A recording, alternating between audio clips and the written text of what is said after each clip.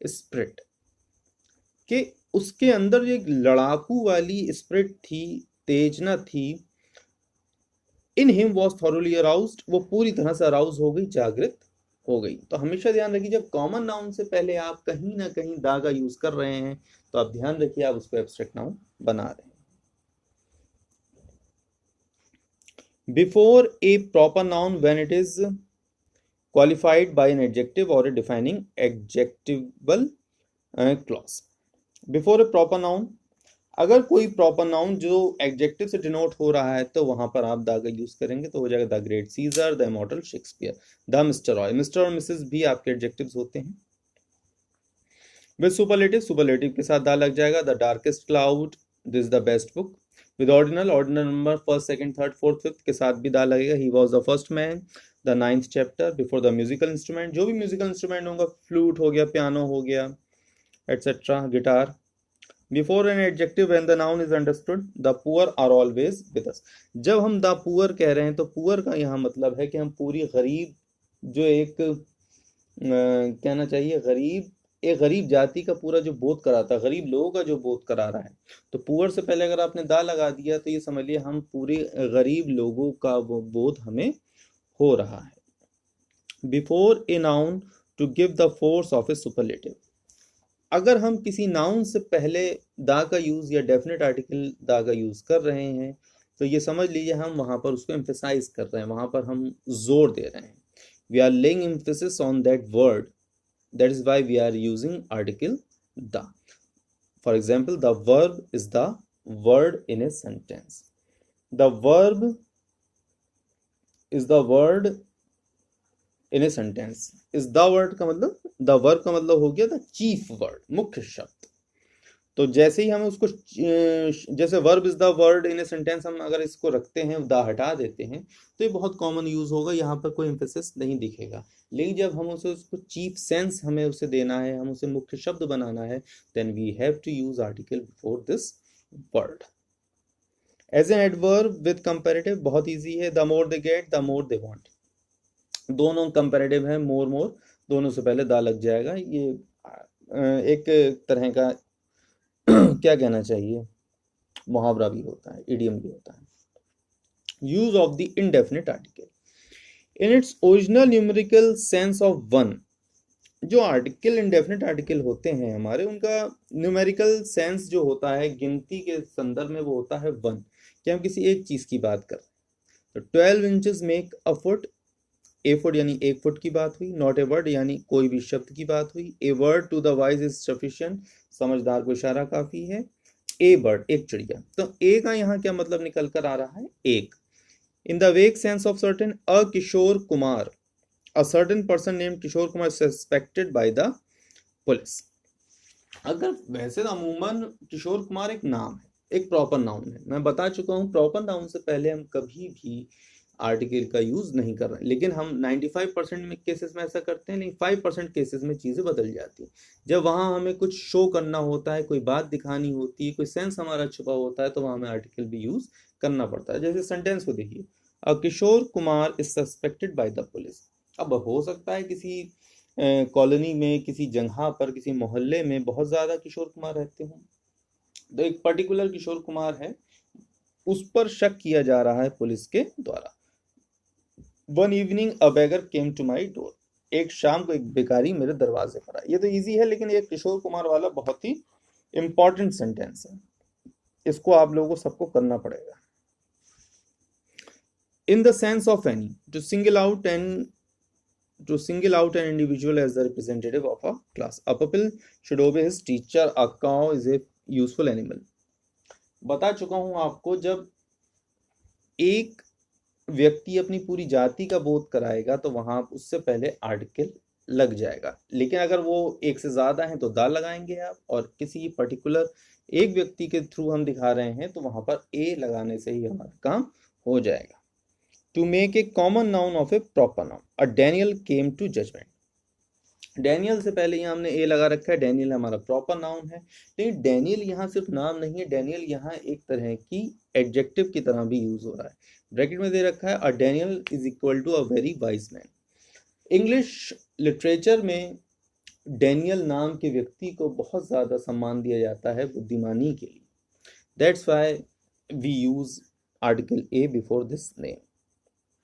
Omission of article, this is very important. कहाँ कहाँ आप आर्टिकल को यूज नहीं कर सकते, where you can not use article, this is very important. Before names of substances and abstract noun, abstract noun से पहले आप आर्टिकल यूज नहीं कर सकते। Use in a general sense, अगर वो बात जनरल सेंस में कही जा रही है। Sugar is bad for your teeth, gold is precious metal, जैसे इसमें sugar, gold, wisdom, honesty, virtue. Sugar आपका यहाँ पर मेटेरियल नाउन है, गोल्ड मटेरियल नाउन है, wisdom, honesty, virtue abstract noun है। इन दोनों नाउन से पहले हमने कोई भी आर्टिकल यूज नहीं किया है, क्योंकि ये बात कही जा रही है जनरल सेंस में। नोट देख लेते हैं।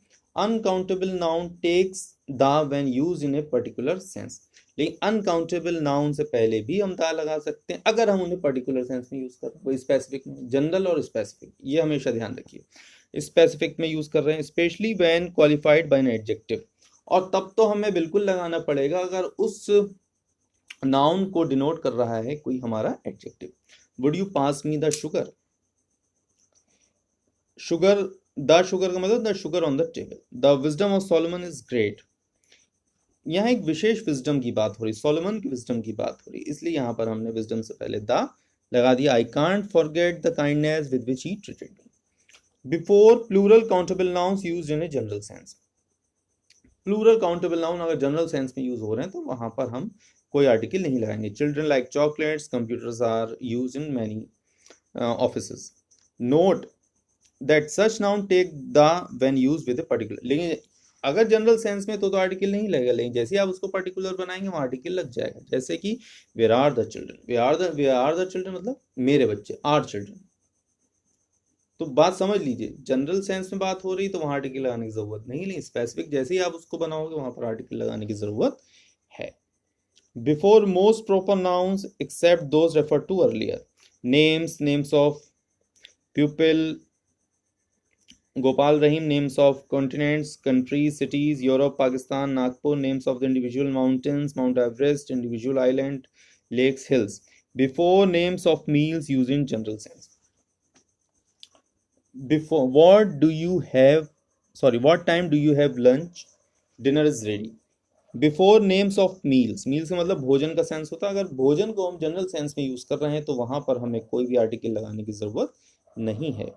We use a when there is an adjective before breakfast, lunch, dinner, लेकिन जैसे ही लंच, डिनर और ब्रेकफास्ट से पहले अगर कोई एडजेक्टिव लगा है तो वहां आपको आर्टिकल ए लगाना पड़ेगा। I had a late lunch today, the dinner we had at the tourist hotel was very nice. Before language, language से पहले कभी कोई आर्टिकल नहीं लगता है। जैसे ही आप इंग्लिश और द इंग्लिश का अंतर समझ लीजिए, इंग्लिश का मतलब होता है अंग्रेजी और द इंग्लिश का मतलब होता है अंग्रेज, तो हम किसी भी लैंग्वेज से पहले द का यूज नहीं करते हैं।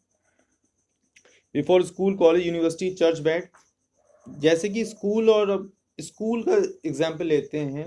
अगर स्कूल का पर्पस होता है टू एजुकेट स्टूडेंट्स, अगर स्कूल को हम उसी सेंस में यूज कर रहे हैं तो दा लगाने की जरूरत नहीं है, लेकिन अगर हम उससे अलहदा यूज कर रहे हैं, उससे विपरीत यूज कर रहे हैं तो हमें दा लगाने की जरूरत है। जैसे कि अगर मैं कहूं कि Atul goes to the college, तो वो गलत हो जाएगा, क्योंकि अतुल को हम प्रिजम्पशन ले रहे हैं कि अतुल यहाँ पर एक स्टूडेंट है, तो वहां पर कॉलेज से पहले दा लगाने की जरूरत नहीं है। लेकिन अगर मैं ये कहता हूँ Atul's father goes to the college, तो ये ठीक होगा, क्योंकि अतुल के फादर जो होंगे वो एज ए स्टूडेंट कॉलेज नहीं जाएंगे, वो एज ए गार्जियन कॉलेज जाएंगे। अब वो किसी शिकायत के लिए जा सकते हैं, किसी और अलग काम के लिए जाएंगे, लेकिन वो वहां से शिक्षा लेने के लिए नहीं जाएंगे। तो ऐसे इंस्टीट्यूट जैसे कि school, college, university, church, bed, hospital, जब ये चीज़ें, ये इंस्टीट्यूट अपने पर्पस के लिए यूज होंगे तो वहां पर आर्टिकल दा का यूज नहीं किया जाएगा, लेकिन जैसे ही अपने पर्पस से अगेंस्ट यूज होंगे तो वहां पर आर्टिकल दा का यूज किया जाएगा। देख लीजिए, इसमें जितने एग्जाम्पल्स हैं उन्होंने पर्पसफुल एग्जाम्पल दिए हैं, नॉन पर्पस वाला मैं आपको बता चुका हूँ। The is used with these words when we refer to them as a definite place. The का यूज इन स्थानों से पहले हम तब भी कर सकते हैं जब उन्हें हम डेफिनेट प्लेस के रूप में देख रहे हैं। जैसे कि the school is very near my home, मेरे स्कूल जो है मेरे घर के बहुत नज़दीक है, तो वहाँ पर दा आप यहाँ पर डेफिनेट प्लेस की तरह यूज़ कर रहे हैं। I met him at the church, मैं उससे चर्च पर मिला था। तो जब इन स्थानों को हम डेफिनेट रूप में भी यूज़ करेंगे तब भी वहाँ पर हम डेफिनेट आर्टिकल का यूज़ कर सकते हैं। उसके बाद है repetition of article. I mean if I say I have a black and white dog, अगर मैं कहता हूँ मेरे पास ब्लैक एंड वाइट डॉग है तो इसका मतलब ये होगा कि जो मेरे पास कुत्ता है वो थोड़ा सा काला है और थोड़ा सा सफ़ेद है। लेकिन अगर मैं कहता हूँ आई have a black and A white dog तो इसका मतलब है कि मेरे पास एक काला कुत्ता है और एक सफ़ेद कुत्ता है। कहने का मतलब ये है कि दो आर्टिकल का मतलब होता है आप दो नाउन की बात कर रहे हैं, और आपने एक ही आर्टिकल लगाया तो इसका मतलब ये हो जाता है कि वहाँ पर आप किसी एक ही आदमी की बात कर रहे हैं। Hence when two or more adjective qualify the same noun, जब एक या दो एडजेक्टिव एक ही नाउन को क्वालिफाई करते हैं, the article is use before the first adjective only, तो पहले एडजेक्टिव से पहले ही द यूज होगा। But when they qualify different noun, लेकिन जब वो बात करेंगे अलग अलग नाउन की तो आपको दोनों जगह पर या जहां भी नाउन आ रहा है वहां पर आर्टिकल लगाना पड़ेगा। एग्जाम्पल देखते हैं, the secretary and treasurer is absent. Secretary और ट्रेजरर, यहाँ पर सिर्फ सेक्रेटरी से पहले आर्टिकल लगा, इसका मतलब यहाँ के एक ही व्यक्ति की बात हो रही है। और अगला सेंटेंस है the secretary and the treasurer are absent, तो यहाँ इसका मतलब होता है कि सेक्रेटरी अलग व्यक्ति है और ट्रेजरर अलग व्यक्ति, ये दो अलग व्यक्तियों की बात हो रही है। आगे इन्होंने एक्सप्लेनेशन दिया है, the first sentence clearly indicates that the post of secretary and treasurer are held by one person.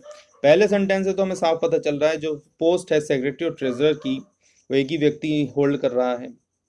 The repetition of the article in the second sentence indicates that the two posts are held by two person। लेकिन जब दो article use किए हैं तो वो दिखा रहा है कि ये दो पद हैं जिन पदों पर दो अलग अलग लोग विराजमान हैं। Hence we see that when two or more connected nouns refer to the same person or thing, the article is ordinarily used before the first only। कहने का मतलब ये है जब हम दो लोग एक ही आदमी के दो गुणों की बात करेंगे तो पहले वाले एडजेक्टिव से पहले हम आर्टिकल यूज कर देंगे। But when two or more connected nouns refer to different person, लेकिन जब हम दो अलग लोगों की बात करेंगे the article is use before each, तो हमें दोनों से पहले आर्टिकल को यूज करना पड़ेगा। Sir Surendra Nath was a great orator and statesman. Sir Surendra Nath was a great orator and statesman, Surendra Nath एक ही व्यक्ति है और ओरेटर और स्टेट्समैन होना उनकी क्वालिटी है, तो हमने अ ग्रेट ओरेटर उन्हें कर दिया, स्टेटमैन के साथ हमने कोई भी आर्टिकल यूज नहीं किया। There are on the committee among others a great economist and a great lawyer. Committee में हमारे साथ जो दूसरे लोग थे उसमें एक महान अर्थशास्त्री था और एक महान वकील था, दोनों अलग अलग लोग हो गए तो हमने दो आर्टिकल को यहाँ पर यूज कर दिया। तो उम्मीद करता हूँ कि आर्टिकल आपको कुछ हद तक समझ में आए होंगे। तो थोड़ा सा अभी ये देख लेते हैं 115 the third and the fourth chapter, the third and fourth chapters, ये इंपॉर्टेंट है। देखिए the third and the fourth chapter, the third and fourth chapter, जब आप दो आर्टिकल यूज कर रहे हैं तो चैप्टर को प्लूरल बनाने की जरूरत नहीं है, लेकिन अगर आप सिर्फ एक ही आर्टिकल यूज कर रहे हैं तो चैप्टर को यहाँ प्लूरल बनाया गया है। In expressing comparison if two nouns refer to the same person और थिंग, अगर आप कंपैरिजन कर रहे हैं और दो नाउन बात कर रहे हैं किसी एक ही पर्सन और थिंग की, the article is use before the first noun, तो आर्टिकल पहले ही नाउन के साथ यूज होगा। He is a better mechanic than clerk, he is a better poet than novelist. But if they refer to person और thing the article will be use each noun, लेकिन अगर वो दो अलग लोगों की बात कर रहे हैं तो वहां पर दोनों जगह आर्टिकल यूज होगा। He is a better mechanic and than a clerk, he would make a better statesman than a philosopher. उम्मीद करता हूं कि आर्टिकल की ये जो कोशिश थी मेरी कम शब्दों में कम वक्त में आपको ज़्यादा से ज़्यादा जानकारी देने की, वो हो मैं उम्मीद करता हूँ वो आपको समझ में आई होगी। और जिस तरह से आपने नाउन और प्रीपोजिशन में परफॉर्म किया है उसी तरह से आप उतने ही जोश के साथ, उतनी ही ऊर्जा के साथ, उतने ही विवेक के साथ आप यहाँ भी परफॉर्म करेंगे। ये एक एक्सरसाइज मैं आपको दे रहा हूँ, इंसर्ट आर्टिकल वेयर नेसेसरी। ये आपके 17 सेंटेंसेस हैं, यहाँ पर आपको आर्टिकल यूज करना होगा। Where do you think article is needed, you can insert there.